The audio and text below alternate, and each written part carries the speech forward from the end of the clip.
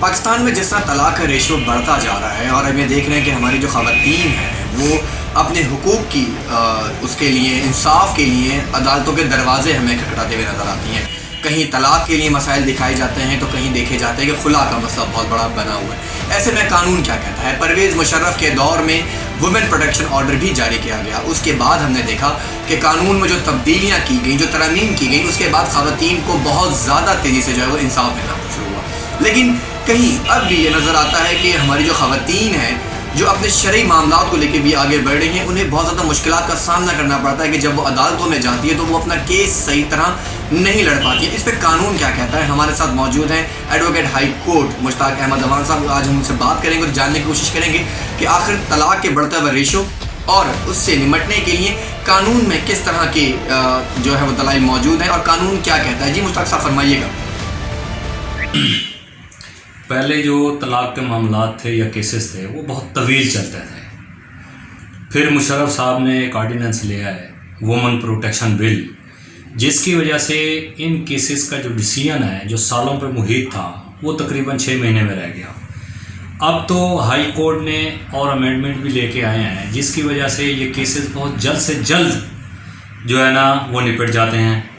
Supreme court of Pakistan نے اب ان عدالتوں کو یہ بھی حکم دیا ہے کہ یہ جو فیملی کیسز ہیں اس کو مختصر سے عرصے میں اس کا ڈیسیژن کر دیا جائے. اب صورتحال یہ ہے کہ اگر کوئی بھی لیڈیز جو اپنا کیس دائر کرتی ہے وہ پاکستان کے یا دنیا کے کسی بھی کونے میں بیٹھی ہو تو ویڈیو لنک کے ذریعے کورٹ جو ہے اس کو طلب کر سکتی ہے، اس سے بات کر سکتی ہے. اگر وہ اسی کورٹ کے اندر پیش کسی طرح نہیں ہو سکتی تو اس کو یہ سہولت مہیا کی گئی ہے کہ وہ ویڈیو لنک کے ذریعے سے اپنا بیان ریکارڈ کرا سکتی ہے. پہلے یہ ہوتا تھا کہ اگر کوئی عورت تنسیخ لینے کے لیے آئی ہے یا خلا دائر اس نے کیا ہوا ہے تو اس کے لیے ایویڈنس کا مسئلہ ہوتا تھا، وہ ایویڈنس لے کے آنی ہوتی تھی، اس میں بھی کئی سال لگتے تھے. اب صورتحال یہ ہے کہ کیس لگتا ہے، کیس فائل ہونے کے بعد ڈیفینڈنٹ کو طلب کیا جاتا ہے، اس کے بعد ایک ڈیٹ لگتی ہے جس کو کہتے ہیں پری ٹرائل ریکنسلیشن. اگر پری ٹرائل ریکنسلیشنز اس میں ان کا راضی نامہ پارٹیز کا آپس میں ہو جاتا ہے تو عورت جو ہے وہ اپنے شوہر کے ساتھ واپس چلی جاتی ہے. اگر وہ لیڈیز جس نے وہ خلا کا یا تنسیخ کا دعویٰ دائر کیا ہوا ہے ان کی پری ٹرائل ریکنسلیشنز اگر ناکام ہو جاتی ہیں، یہ کہ وہ لیڈیز اگر یہ سٹیٹمنٹ دے دیتی ہے کہ میں اپنے شوہر کے ساتھ بسنا نہیں چاہتی تو اسی ٹائم جو کورٹ ہے وہ اس کو ڈگری کر دیتی ہے. مشتاق صاحب جیسے آپ نے وومن پروٹیکشن آرڈیننس کی بھی بات کی، پرویز مشرف کے دور کا ریفرنس بھی آپ نے دیا. یہاں ایک سوال خواتین یہ بھی جاننا چاہتی ہیں جو کہ شرعی ان کا حق ہے کہ جب ایک عورت وہ اپنے ہسبینڈ سے خلا لے لیتی ہے یا پھر طلاق لے لیتی ہے یا اسے طلاق ہو جاتی ہے تو قانونی طور پر وہ دوبارہ کسی کے ساتھ نکاح کب کر سکتی ہے اور کس طرح یہ ممکن ہو سکے گا؟ یہ تنسیخ کا جو کیس ہے وہ ڈگری ہو جاتا ہے اور اس کے بعد جو لیڈیز ہے، عورت پلینٹف ہے، وہ کتنے عرصے میں پھر دوسری شادی یا نکاح کر سکتی ہے.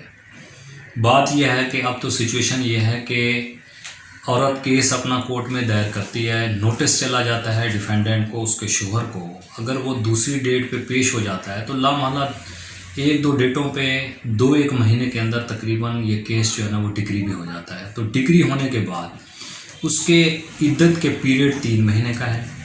3 مہینے گزرنے کے بعد وہ عورت شادی بھی کر سکتی ہے، یا اگر وہ چاہے تو اس کیس کو وہ چلا جاتا ہے یونین کونسل میں جس کے لیے وہاں سے